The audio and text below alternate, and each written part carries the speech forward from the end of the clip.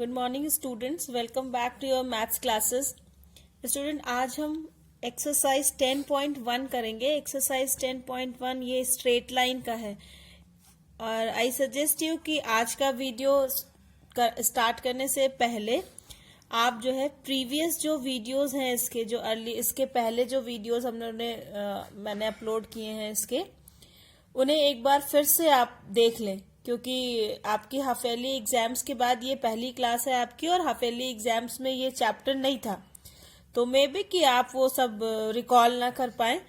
ऐसे तो एक बार आप फिर से प्रीवियस वीडियोस को देख लें और फिर आज का वीडियो स्टार्ट करें। देखना, ये एक्सरसाइज आज हम एक्सरसाइज 10.1 स्टार्ट करेंगे। इसका कॉन्सेप्ट हम लोग पहले ही पढ़ चुके थे। कॉन्सेप्ट में हम लोग ने पढ़ा था कि किसी लाइन का slope m is equal to tan theta होता है, जहां थीटा कौन सा एंगल है, लाइन x एक्सिस के पॉजिटिव डायरेक्शन के साथ जो एंगल बनाती है उसका tan रेशियो जो है वो m या किसी सरल रेखा की प्रवणता कहलाती है। या अगर लाइन किसी दो बिंदु से होकर जा रही है P, जिसका कोऑर्डिनेट x1 y1 और q x2 y2 है, इन दो बिंदुओं से होकर जा रही है, तो m इज इक्वल टू होता है y2 minus y1 upon x2 minus x1, है ना। ये प्रवणता का फॉर्मूला हम लोगों ने पढ़ा था। और अगर दो लाइंस L1 और L2 एक दूसरे के समांतर हैं तो इन दोनों की प्रवणताएं आपस में इक्वल होती हैं।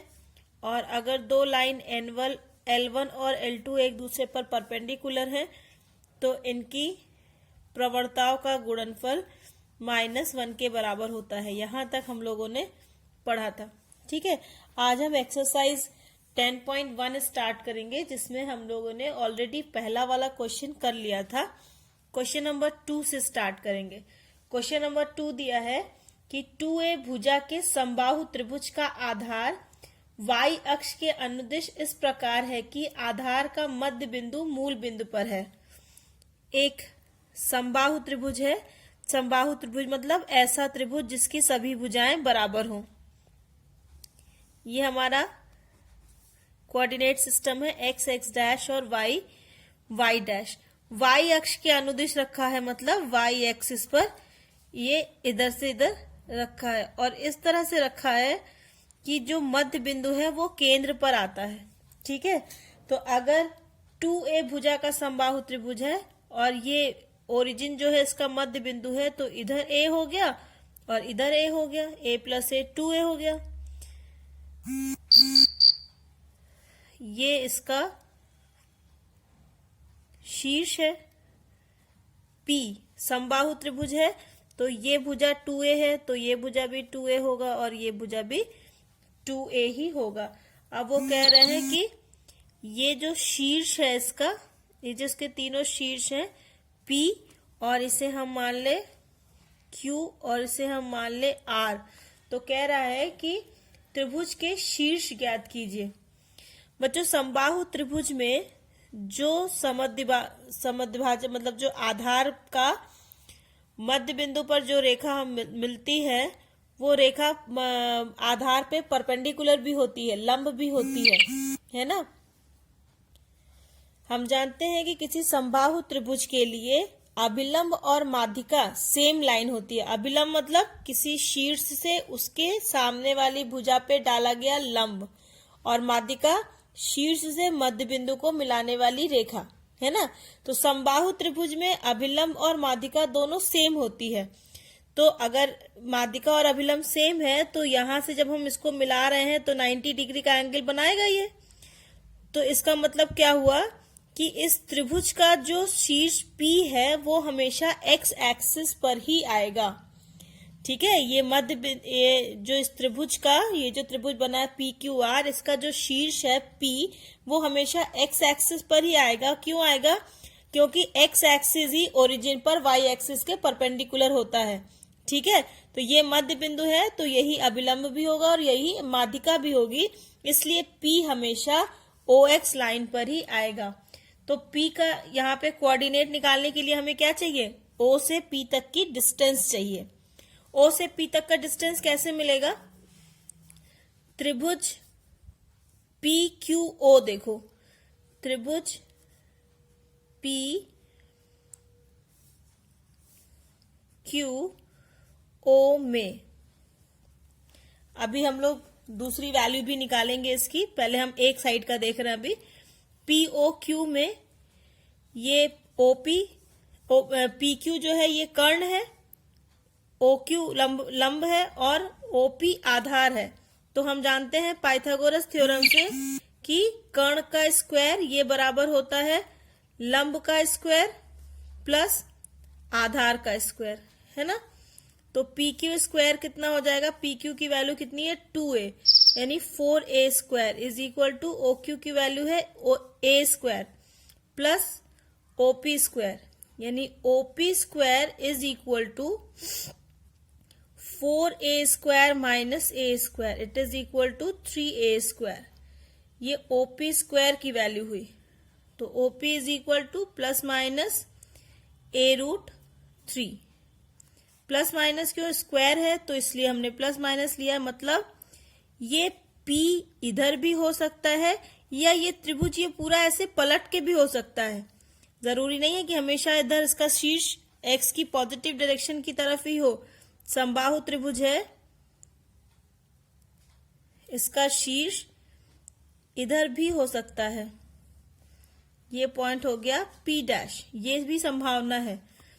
ठीक है, तो P का कोऑर्डिनेट कितना हो जाएगा? प्लस a√3 और P डैश पे यहाँ पे हो जाएगा माइनस a√3, है ना। OP ये जो आधार है ये OP भी हो सकता है और OP डैश भी हो सकता है। तो P का देयरफॉर P के निर्देशांक, P के निर्देशांक क्या हो गए? चूंकि ये x एक्सिस पर है तो y की वैल्यू तो 0 होगी, इसकी वैल्यू हो जाएगी a√3 0। ठीक है, P का कोऑर्डिनेट हो गया a√3 और 0, और P डैश का क्या हो गया? Minus a√3 0। ठीक है, ये कोऑर्डिनेट आ गया तुम्हारा P पॉइंट का। अब इस R का कोऑर्डिनेट क्या होगा? ये y एक्सिस पर है, यानी x कोऑर्डिनेट 0 होगा और y कोऑर्डिनेट कितना होगा? -a। ठीक है, और Q का कितना हो जाएगा यहाँ पे? 0 और +a। तो दो तरह से त्रिभुज बन सकता है। एक त्रिभुज बन सकता है जिसके कोऑर्डिनेट a√3 0, 0a और 0 -a हो, और दूसरा बन सकता है जिसका कोऑर्डिनेट -a√3 0, 0a और 0a डैश हो। तो दोनों ही कंडीशन हो सकती है। ठीक है, अब क्वेश्चन नंबर 3 में P और Q के बीच की दूरी ज्ञात कीजिए जब PQ YX के समानांतर हो और PQ YX अक्ष के समानांतर हो। क्वेश्चन नंबर 3,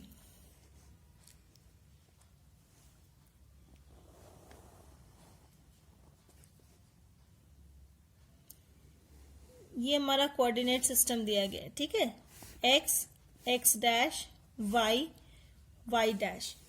इसमें दो पॉइंट्स हैं P और Q, उनके बीच की दूरी निकालनी है अगर PQ y अक्ष के समानांतर हो।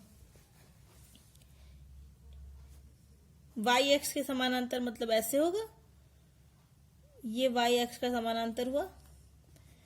हाँ, सपोज करो ये पॉइंट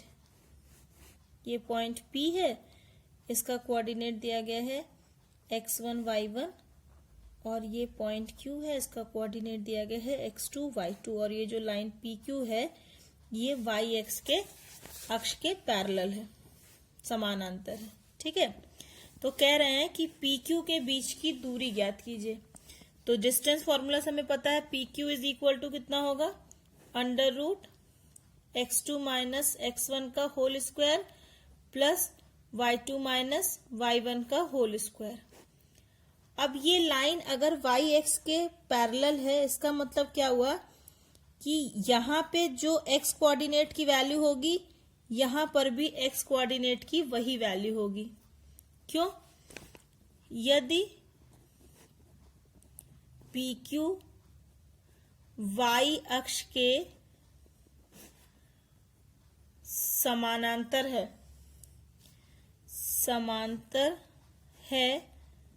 तो x1 is equal to x2 को होगा, क्योंकि देखो ये परपेंडिकुलर है ना, यहां से परपेंडिकुलर होगा इस पे, y एक्सिस x एक्सिस पे परपेंडिकुलर होता है। तो चूंकि ये लाइन PQ y एक्सिस के समांतर है तो ये भी x एक्सिस पे परपेंडिकुलर होगा। और अगर ये परपेंडिकुलर है तो यहाँ पे जो x की वैल्यू होगी यहाँ पर भी वही x की वैल्यू होगी। तो इस कंडीशन में x1 is equal to x2 होगा। ये वैल्यू यहाँ पुट कर दो, तो therefore PQ is equal to under root x2 minus x2 का होल स्क्वायर, x1 को भी हमने x2 लिख दिया, प्लस y2 माइनस y1 का whole square. x2 minus x1 zero हो गया, so under root 0 plus y2 minus y1 का whole square, so it is equal to under root y2 minus y1 का होल स्क्वायर। अब अगर हम इसका under root हटाएंगे तो स्क्वायर हट जाएगा, लेकिन उस कंडीशन में हमें प्लस माइनस दोनों में वैल्यू मिलेगी ना, y2 माइनस y1 इस तरह से मिलेगा स्क्वायर रूट हटाने पर। लेकिन चूंकि ये लंबाई है और लंबाई कभी भी नेगेटिव नहीं हो सकती, लंबाई हमेशा हम दूरी को हमेशा हम पॉजिटिव लेते हैं, तो therefore PQ is equal to mod y2 minus y1। Mod का मतलब क्या होता है? Absolute value. एब्सोल्यूट वैल्यू मतलब कि चाहे y2 बड़ा हो या y1 बड़ा हो, अगर y2 बड़ा होगा तब तो ये पॉजिटिव वैल्यू ही आएगी, अगर y1 भी बड़ा है तो भी हम उसकी एब्सोल्यूट वैल्यू मतलब नेगेटिव नंबर को इग्नोर करके हम उसकी वैल्यू लेंगे। ठीक है। अब दूसरी कंडीशन, यदि PQ x अक्ष के समांतर है, ठीक है, अगर PQ x अक्ष के समांतर है, x अक्ष के समांतर होने पर क्या होगा? ये x अक्ष है, x डैश इसके समांतर मतलब s है, ठीक है, ये वैल्यू P और ये वैल्यू Q। P का कोऑर्डिनेट x1 y1 और Q का कोऑर्डिनेट x2 y2। अब देखो इसी लाइन पर है ना, सेम लाइन पर है दोनों, यहाँ पे तो जो y1 की यही अगर दोनों को मिलाओ तो यहीं पर तो आएगा, तो यहाँ पर जो y1 की वैल्यू होगी इस जगह पर वही वैल्यू यहाँ पर y2 की भी होगी। तो इस कंडीशन में y1 बराबर y2 हो जाएगा।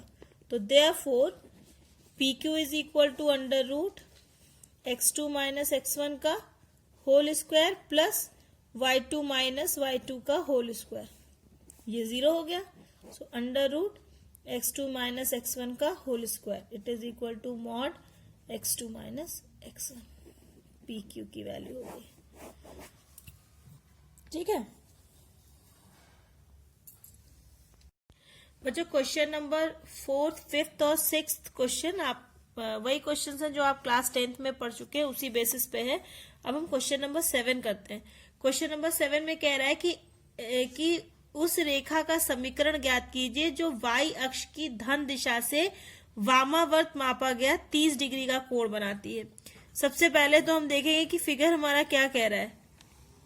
ये हमारा कोऑर्डिनेट सिस्टम बना, origin x dash y and y dash, ठीक है।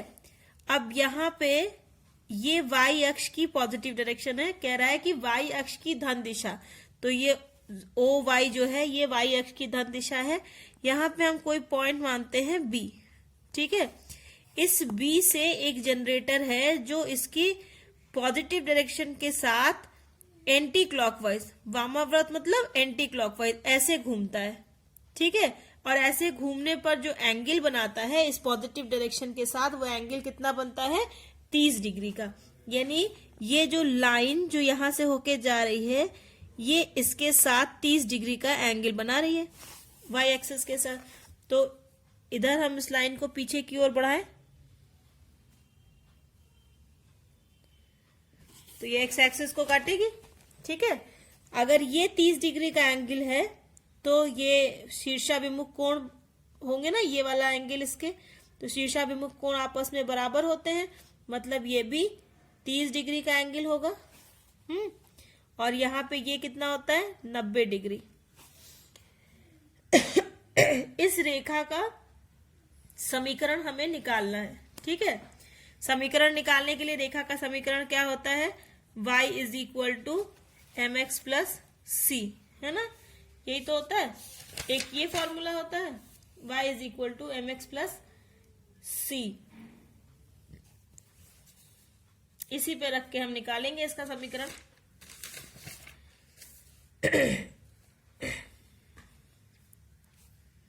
या अच्छा, c की वैल्यू हमें इसमें नहीं पता है तो हम इसमें इक्वेशन लगा सकते हैं, m is equal to y2 minus y1 upon x2 minus x1। अभी हम उसको बाद में देखते हैं। खैर पहले तो हम देखें कि सबसे पहले हमें प्रवणता तो चाहिए ही चाहिए किसी भी लाइन का समीकरण निकालने के लिए, और प्रवणता के लिए क्या चाहिए, लाइन का x के पॉजिटिव डायरेक्शन के साथ बना एंगल।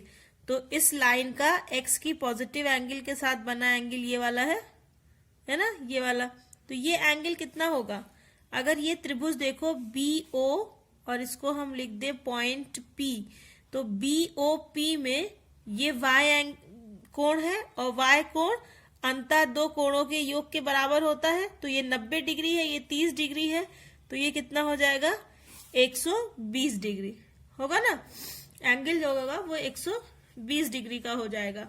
तो रेखा की प्रवणता m इज इक्वल टू कितना होगा, m is equal to tan 120 degree. tan 120 मतलब कितना हो गया, tan 120 को हम लिख सकते हैं 180 माइनस 60, है ना, tan 180 minus theta, tan 180 minus theta होता है माइनस tan थीटा, मतलब ये होगा minus tan 60 degree. It is equal to minus √3। ये m की वैल्यू हो गई, m is equal to minus √3। ठीक है, तो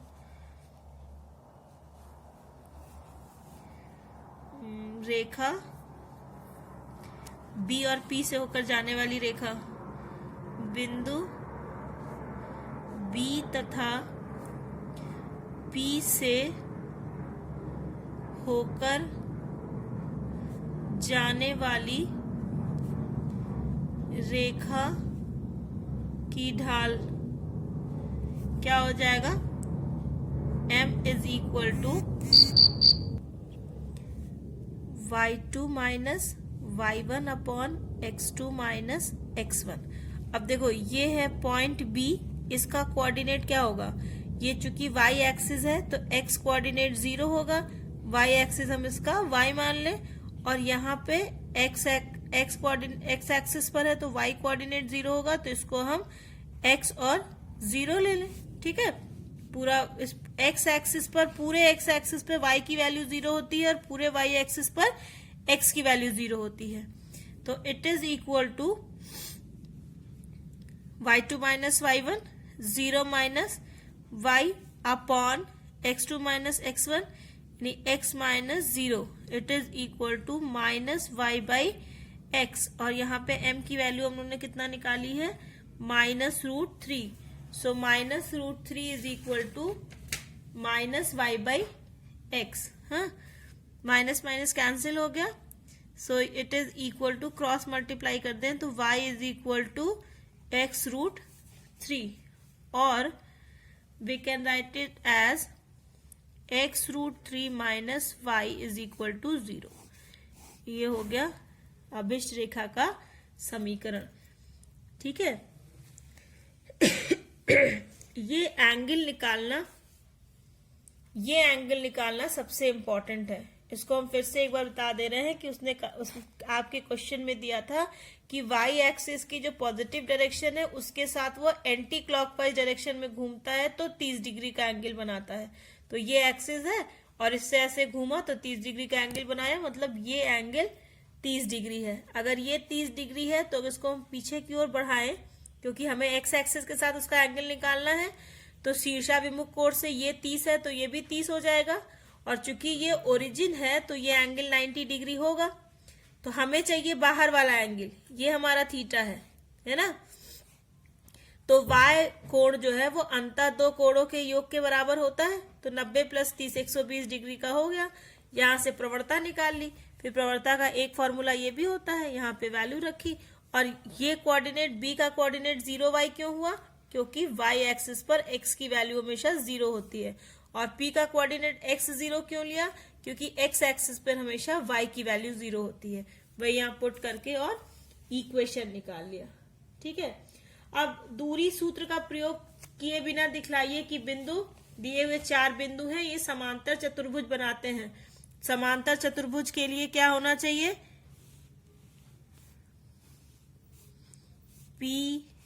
PQRS। ये अगर एक समांतर चतुर्भुज है तो कंडीशन क्या होती है कि ये इसके समांतर होगा, ये इसके समांतर होगा, है ना। तो PQ की प्रवणता अगर M1 हो, QR की M2 ले, इसकी M3 ले और इसकी M4 ले, तो M1 बराबर आना चाहिए M3 के, ये इसके समांतर हुआ, और M2 आना चाहिए इक्वल टू M4 के। ठीक है। अगर ये कंडीशन सेटिस्फाई करती है तो इसका मतलब PQ, अगर M1 is equal to M3 है तो इसका मतलब PQ is parallel to SR, और अगर M2 is equal to M4 है तो इसका मतलब हुआ कि PS is parallel to QR। ठीक है। तो आमने सामने की भुजाएं पैरेलल हो गई, तो इसका मतलब ये एक समांतर चतुर्भुज हो गया। ठीक है। इस तरह से आप इस एक्सरसाइज को कीजिए। इसमें कुछ क्वेश्चंस जो बाकी बचे हुए हैं वो दो रेखाओं के बीच के कोण है, दो रेखाओं के बीच के कोणों का क्वेश्चन है। ये हम नेक्स्ट वीडियो में पहले पढ़ेंगे कि दो रेखाओं के बीच के कोण का फॉर्मूला क्या होता है, और फिर उसके बेसिस पे आगे क्वेश्चंस करेंगे। सो टिल देन पढ़ते रहिए। आपके पास जो भी बुक्स अवेलेबल हैं उनसे आप प्रैक्टिस करते रहिए। जहाँ पे कोई डाउट हो, जहाँ पे कोई क्वेश्चन नहीं आ रहा हो, उसे कंसर्न टीचर से पूछते रहिए। बाय।